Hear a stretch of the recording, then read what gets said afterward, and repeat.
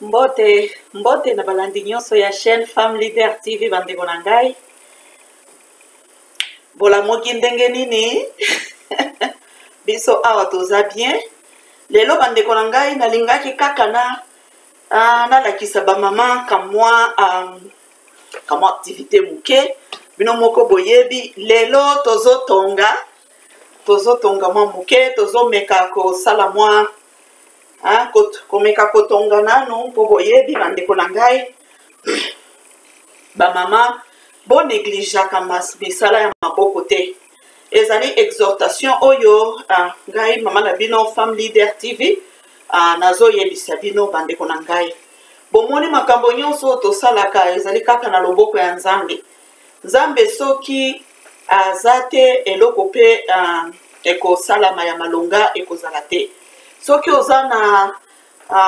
na volonté ya kosala mwa eloko boye eke osambeli na yo oyebisi Nzambe atia loboko na kati okomona kaka ke Nzambe akosalisa yo. Nalingaki na exhorter ba mama na ngai mpona makambo oyo ya kotonga. Biso awa na poto parfois ezali bien sûr na poto bacours ezali coûté très cher. Apprentissage nyonso il faut kaka kofuta cher. Mais soki oza na pays oyo ezali ke gouvernement akoki kosalisa yo na nini na soutien financier po te osalaka mwa formation na yo, bamama na ngai bobosana te kosala nini kamwa formation muke mpona koyeba kaka kotonga muke boye ekoki kosalisa yo. Ngai nazotonga oyo ya mbongo te, nazotonga ya atelier te mikolo oyo po te naza na mosala ebele. Bino moko boyebi nazalaki na vacances sikoyo natikalika na 2 semaines na banda mosala bandeko na ngai repos ezo nano na pemi ata mingi te jour nyonso kaka eloko moko kosala boye na boye, mais il faut nazonga mosala mbangu yango wana sikoyo na bandi koprepare mwa muke ba blouse na ngai. Bomoni oyo ezali matière moko tobengaka yango dentelle. Ezali dentelle eza matière moko ya luxe eza matière moko ya kitoko makasi. Kasi ba mama na ngai kaka ndenge tozoyebisa Femme Leader TV chaîne na bino ezoya topesa na kaka ba mwa mayele muke tozomeka kaka kopesa na ba mwa idée po te ndenge ya se toyeba ndenge nini ya kose débrouiller kata mwa muke. Omoni bandeko na ngai na poto oyo okoki komona moto alati kitoko makasi yo kanisi kaka ki adépensaki mbongo ebele, peut-être adépensaki na ye mbongo ebele te, eza kaka ba mwa stratégie mike omoni biso toyekola kosala ba mwa stratégie ebele. Omoni soki oza na famille monene lokola oyo ya ngai naza na famille monene, alors il faut kaka ozala très créative ozala na créativité ya makasi po te omona ndenge nini ya kosala ba makambo po te makambo ebonga tak soki oza na mbongo ebele te, mais ozali ata na mbongo na yo ya muke kaka, mais ozosala ba makambo bien ba mama na ngai. Nazobenga ba femme nyonso ba mama na ngai nyonso ba oyo ata nano bazwi mibali te, omoni epa na Femme Leader tocholaka moto te tosekaka te. Rôle na biso ezali kopesa yo courage kolakisa yo ba mwa stratégie muke ba mwa mayele muke oyo kosalisa yo bandeko na ngai.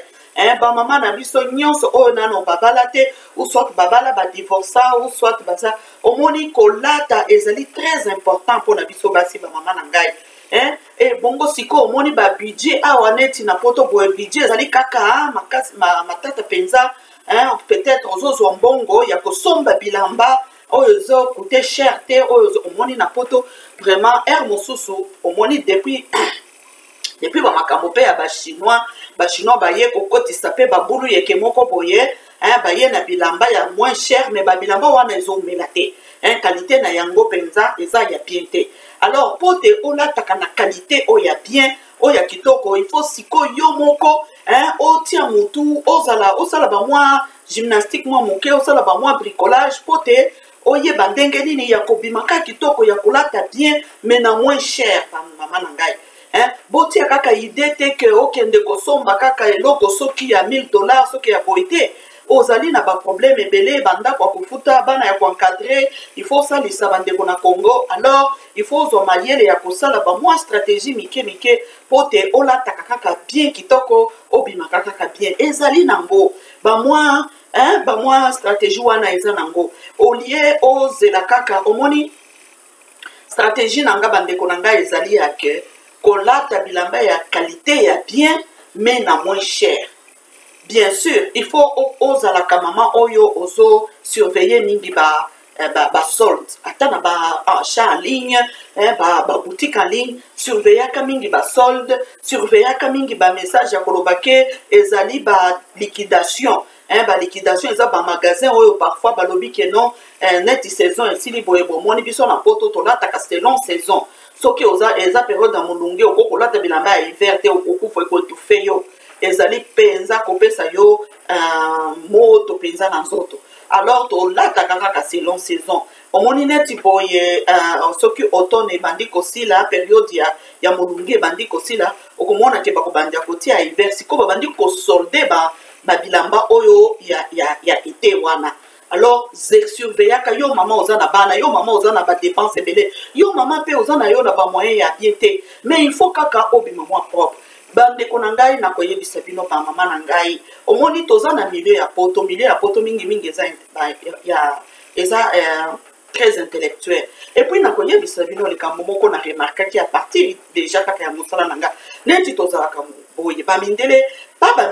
mindele nyonso oyo ya bango pe bazolukisa oyo baye balingi kosala te mindele nyonso ya mayele mindele nyonso baza na poste ya bien bandeko na ngai baza très sélectif. Eza bato moko balingi biloko ya kitoko biloko ya bien. Ebongo sikoyo mama oyo ozoluka libala soki yo mama oyo ozoluka ndenge nini ya kosan sortir ozwa ta moto moko boye pote omoni na pote fo bezala mibale pote bo s'en sortir bien okokozwa moto ya malonga ndenge nini yeba ke ata ozalaka moto ya bien moto ya motema malamu moto beauté intérieure ezali très important de beauté ya solo oyo beauté ya nzambe omoni po nzambe atalaka nzoto te. La beauté intérieure, c'est ça la beauté de Dieu, c'est ça la vraie beauté. Ezali intérieure na motema na yo. Kasi soki ozoluka libala, soki ozoli koluka akunani compagnon moko boye, okoki kozwa akokokota na motema na yo te po ayeba ke ozalaka motema malamu ozalaka mwasi ya bien boye na boye. Oyo ezali kotape en premier lieu ezali apparence na yo mama. Femme leader mama lelo akoteli bino ba mama apparence ezali eloko ya motu ya makasi epai ya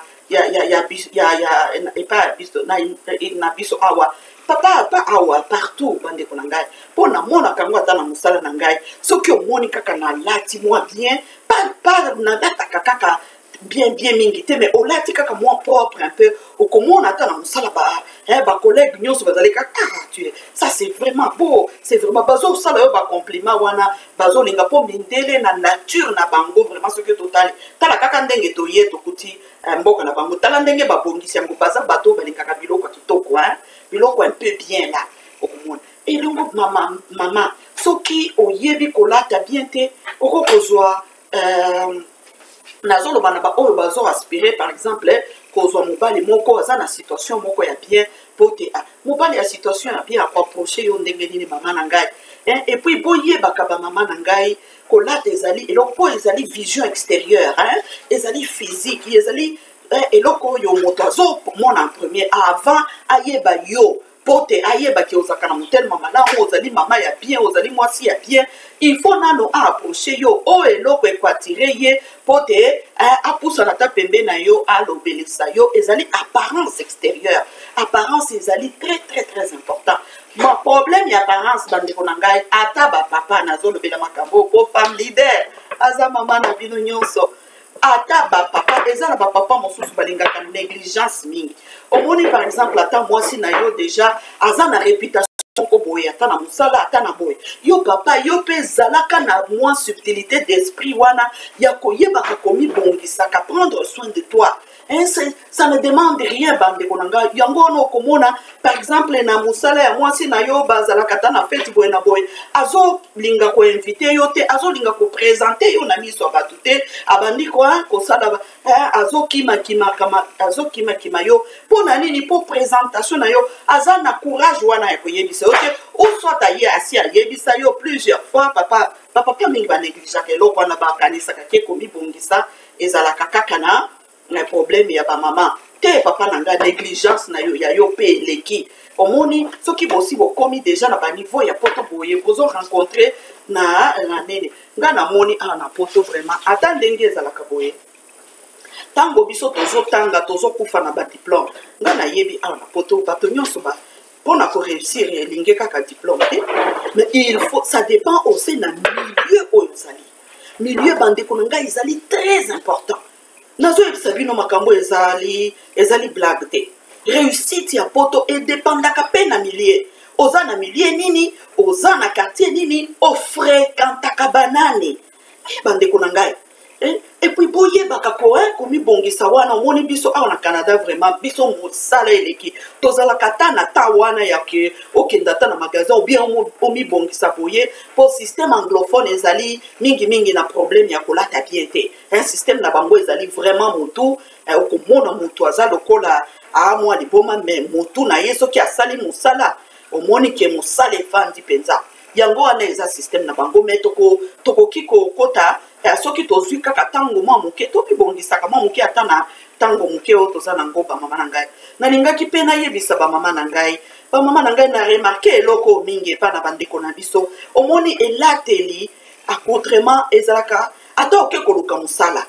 soki oke koluka mosala kolata na yo ezalaka na influence makati mpo bapesa mosala bandeko na ngai nazoyebisa bino ngai na expérimenté makambo oyo koréussir na poto ezokokaka okokozala na diplôme mais apparence na yo nga na mona na badocumentaire na France kuna bamama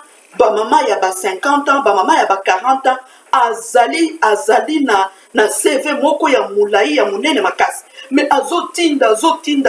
bazozwa mosala te sikoyo conseillère moko aye koyebisa moko place moko ya mosala donc soki atindi kaka CV na ye bamoni kaka CV babengi ye mbangu aya kosala entrevue po te bapesa ye mosala soki kaka mi présenter bazui découragement amoni kaka non merci madame nous allons vous appeler on va voir ça sikoyo abandi ko se demander soki natindi kaka CV nanga bazombenga ngambano mais mpona kozwa nga na mosala aye kotombe na mwasi moko abengaki ye kaka na entreprise moko abengaki ye kaka komona CV na ye boye siko tango mama wana se présenter mwasi wana azaki mwasi alobi merde qu'est-ce qui se passe son CV na ye na apparence na ye ezokokana te donc CV na ye tondi ba expérience tondi ba diplôme mais aye kobima boye wino moko boyebi basi ya mindele soki abongisi suki na ye wana aye kobima na basuki ya bakala wana evimba bakrole moko boye désordonné aye na mwa pantalon moko mwa négligence wana mwasi wana ayebisaki ye vérité ayebi nayoki oyebisingaki babengaka yo mais bazwaka yo na mosala te nakosalisa yo cette fois-ci ozwa mosala nakorekomande yo na conseillère moko ayebisa yo ndenge ya kolata CV na yo ezokokana na yo te ozali très négligé tozali na période au monde eze évolué chirurgie esthétique esi ebimi bato bazosala bamwa sport bazomibongisa bazo prendre soin na bango ozali très négligé mpona poste oyo poto soki toposi yo poste oyo bainvestisseur na biso soit baclient na biso ntango bakomona neti bakobanda komona oyo lokola yo nde okombolaka na entreprise mama kende kobongisa kaka apparence omoni mama wana bandaki kozwa mosala te kaka mpona apparence bamama na ngai epuis bamama boyebaka kolata nalingaka bavideo na ngai ezala mona naye mingi te nalingi nayebisa bino nalakisa bino ndenge na kotonga mwa moke bandeko na ngai badantele oyo lelo nazotonga bablouse misato bablouse ya kitoko makasi bandeko na ngai omoni nazosilisa nano eloko oyo nabandaki koloba ke mama soki osi lataka selon âge na yo esalaka mwa élégance et puis esalaka mwa comment on dit esalaka mwa style moko boko ya bien ya respect pe ya bien omoni mpona nini soki yo ndenge oza wana ozobota kaka ezali kaka mibali oyo bajeune mibali oyo banene nde bayaka koluka yo apparence na yo pe ezokorespondre na bango apparence na yo na ndenge nini bamama na ngai yo aussi okokisi déjà 40 ans mwasi ya mama ya 40 ans mwasi ya 40 ans déjà ozokende na âge wana âge mûr okoki kolata jean epasuka te bajin oyo etoboka boye ça c'est pour les jeunes ezali ba jeunes de 16 ans à 25 ans voire même de tokokende tina 30 ans bakokolota biloko wana yo mama aussi okokisi 40 ans 45 ans 50 ans kolata o wana ezali moi légèreté hein ezopesa vraiment classe omoni soki odi okokisi déjà ba 45 ans okomi siko neti mama moko boye afandisa masolo un peu ata soki oza na bamwa difficulté il faut ozala mwa classe omoni po omoni hein mibali nyonso age wana awa na poto soki vraiment alandaki cursus na ye bien aévoluaki bien nde bato baa na mbongo awa bajeune na poto baaka na mbongo te ils se battent encore nde babandi carrière bazosala bazoépargne bapapa wana ba 50 ans ya ba 55 ans ya 60 ans nde siko bafandisi masolo mama na ngai siko yo olingi ozwa mobali ya kitoko ozokende kolata jine epasuka c'est pas classe mama na ngai bolataka selon age na bino epesaka classe Femme Leader TV bandeko na ngai bomesana lelo nazotonga ba blues omoni ba blues oyo nazotonga ezali ba blues moko très classe mpona nini nakendaki na site ya ba boutique ya ba blues na moni ba modèle ya ba blues sikoyo olie nabimisa $500 $300 po te nasomba blues ya kitoko yango wana ezoyebisa bino mwa mosala na ngai mwa koyeba kotonga na ngai ezosalisa nga nake nasombi tissu matière exactement kaka oyo wana alors eza moins cher imaginez-vous que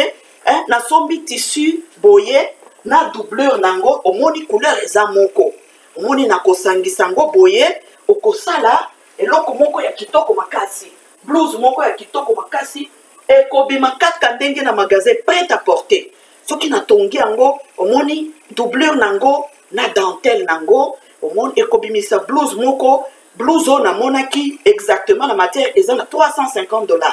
alors nga nako kodepense $350 mpo nasomba blouse te soki naza nango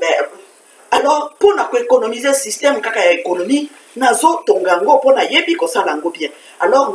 nazotonga yango boyebi natongi yango na combien nasombi mètre moko $25 $50 2 mètres na 1 mètre ya doublure nango 50 donc avec $75 nakosala blouse ya $350 $400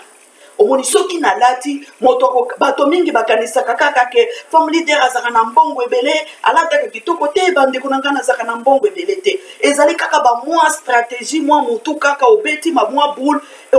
obimika kitoko nasekisa bino bandeko na ngai eza na baplace mosusu nakendaka boye nayokaka mpe soni soki okeka boye omoni kaka mindele wana bazotuna yo madame quel est le nom de votre entreprise nazaka na entreprise te ezali kaka mwa luku wana bandeko na ngai obeti biloko na yo ebimi te ma classe bakanisi ke oza na entreprise na nanga na entreprise te yango wana bandeko na ngai tala matière oyo nakosala blouse ya rouge du rouge c'est top omoni ekobima nazolakisa bino mpo ntango nakolata ntango nakosilisa nakolata bablouse oyo bokomona ke ekobima classe mpenza omoni ezali blouse moko ya longue manche tissu oyo ekobimisa blouse moko ya kitoko makasi namonaki yango $500 modèle ya blouse oyo nalingi natonga omoni me nga nakolata yango juste avec $80 nakolata blouse ya kitoko makasi nzambe apambola bino to bosuivre nga na deuxième partie nazotonga sikoyo merci et prenez soin de vous nzambe apambola bino